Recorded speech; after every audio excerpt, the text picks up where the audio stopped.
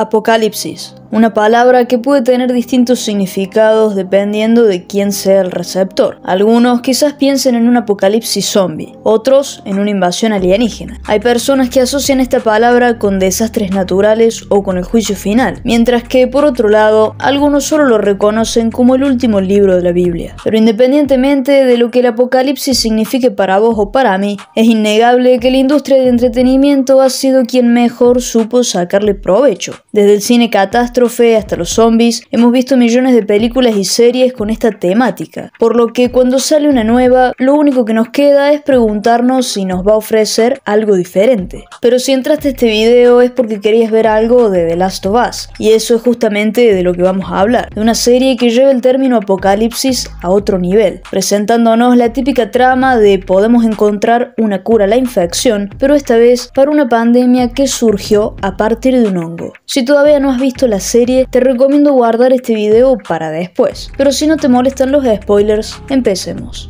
Las tramas de las películas apocalípticas suelen ser bastante frenéticas, por lo que a nadie le sorprende ver soldados disparando a todo lo que se mueve o a Mila Jovovich matando zombies con sus poderes psíquicos. Y The Last of Us no es la excepción a la hora de mostrarnos acción. Desde el primer momento experimentamos la histeria colectiva que se generó junto con el brote, para después pasar a un tramo relajado donde nos muestran cómo es la vida 20 años después. Una vez más, las cosas se ponen tensas y vuelven a calmarse, y este patrón se repite a lo largo de toda la serie. Pero lejos de cansar al espectador o intentar emular una fórmula, esto ayuda a que la trama se mantenga durante sus 9 capítulos, fusionando la tensión con los momentos relajados, recordándote cada tanto que nadie está a salvo y que en el momento en el que menos te lo esperes, algo malo va a pasar, sin importar cuánta munición tengas o qué tan sigiloso seas.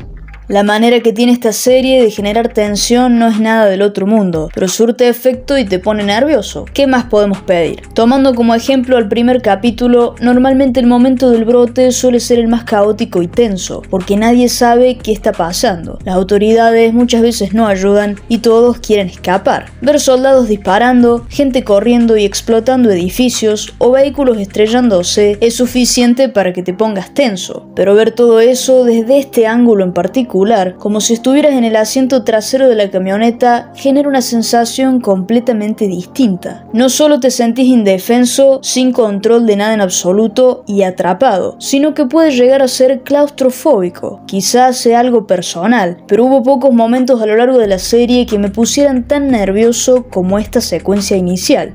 Uno de ellos fue en el museo, cuando nos topamos con un infectado vivo de cerca y lo podemos ver en todo su esplendor, apreciando los detalles de la cara, los sonidos que hacen, los movimientos espasmódicos dispersos por todo el cuerpo y la velocidad que tienen. Sabemos que son rápidos pero que no pueden ver, por lo que se guían solo por el sonido, algo que obliga a nuestros protas a ser sigilosos. Pero como dije antes, no importa si sos silencioso, y a pesar de que los momentos de suspenso y tensión se generan mediante esta mecánica, a veces incluso cuando se enfrentan a humanos, la gran mayoría terminan en enfrentamientos o persecuciones. Es muy interesante la reacción que esto provoca en el espectador, porque todos sabemos que Joel y Ellie son los protagonistas, por lo tanto no pueden morir. Sabemos que van a estar bien y que la historia tiene que continuar con ellos, pero de todos modos, verlos en situaciones peligrosas nos hace dudar. La serie juega con lo predecible, haciéndonos creer en varias ocasiones que esa va a ser la última vez que los veamos, que no van a poder salir vivos.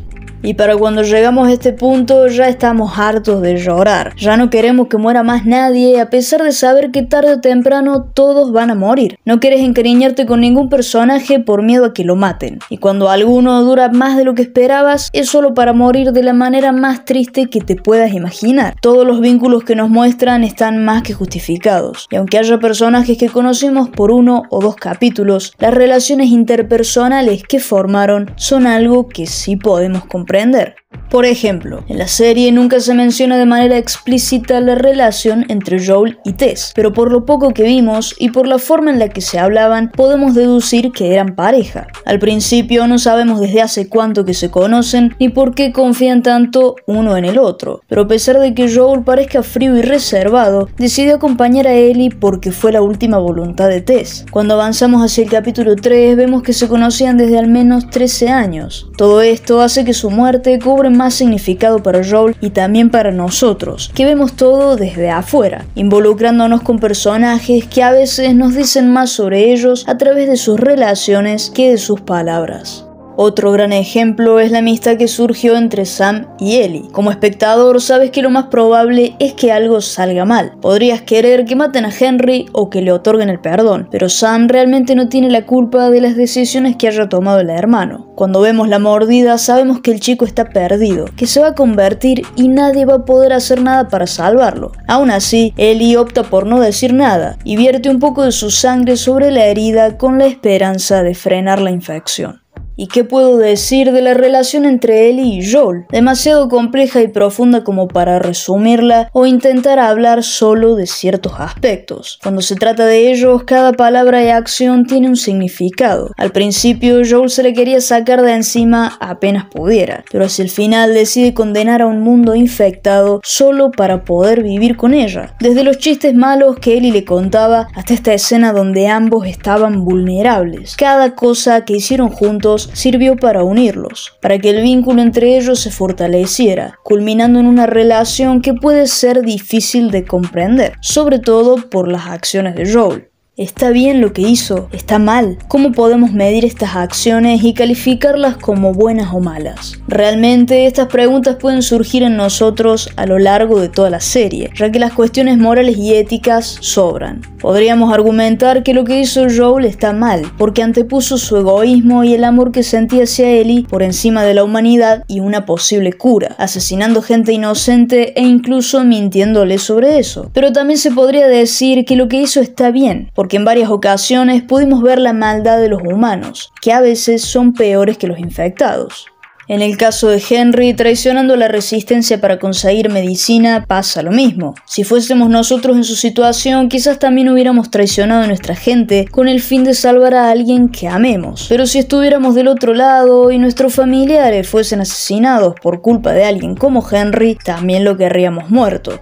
Y la serie nos plantea esta disyuntiva desde el principio, cuando una familia trata de parar a Joel y él se niega, abandonándolos a su suerte. Esas personas que dejaron podrían haber tenido la oportunidad de seguir viviendo, o quizás no, pero para averiguarlo Joel debería haber arriesgado a su familia por la de alguien más. Esta necesidad constante de ponerte en el lugar del otro para juzgar sus acciones te obliga a ser empático. El sentir empatía hace que puedas visualizar las distintas situaciones que se nos presentan desde otro ángulo. Cuando conoces a un personaje y lo examinas, poniéndote en su lugar, ya no sos un simple espectador. No estás parado frente a un escaparate observando la parte vistosa de los objetos que se exhiben. Estás adentro viendo todo. Puede parecer algo muy simple, pero si al ver una película o serie no logras empatizar con los personajes, se pierde algo importante. No te sentís conectado. Te importa poco y nada lo que le pase a los protagonistas. Y tampoco sentís curiosidad por sus orígenes o motivos. Por lo tanto, poder empatizar hace que las personas en la pantalla se sientan reales. Hace que te olvides de que son actores interpretando un personaje y te concentres en el dolor que están sintiendo. Pero sin importar si estás viendo una película que transcurre en una nave espacial, un hospital psiquiátrico, un pueblo costero o una ciudad apocalíptica, quizás lo más importante sea la ambientación y la atmósfera que se genera en estos lugares. Y debo decir que The Last of Us brilla por la cantidad de detalles que han sido agregados, empezando por la ciudad.